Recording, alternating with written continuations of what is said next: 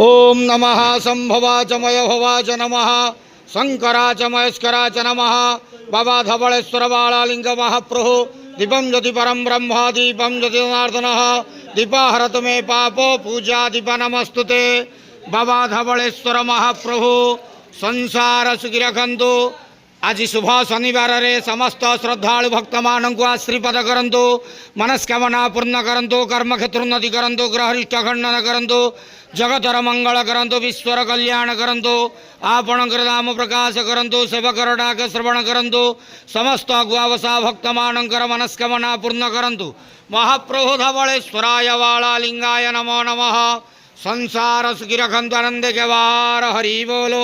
आज शुभ शनिवार रे समस्त श्रद्धालु भक्त मानक आश्रीपद करंतु, आनंद के वार हरि बोलो।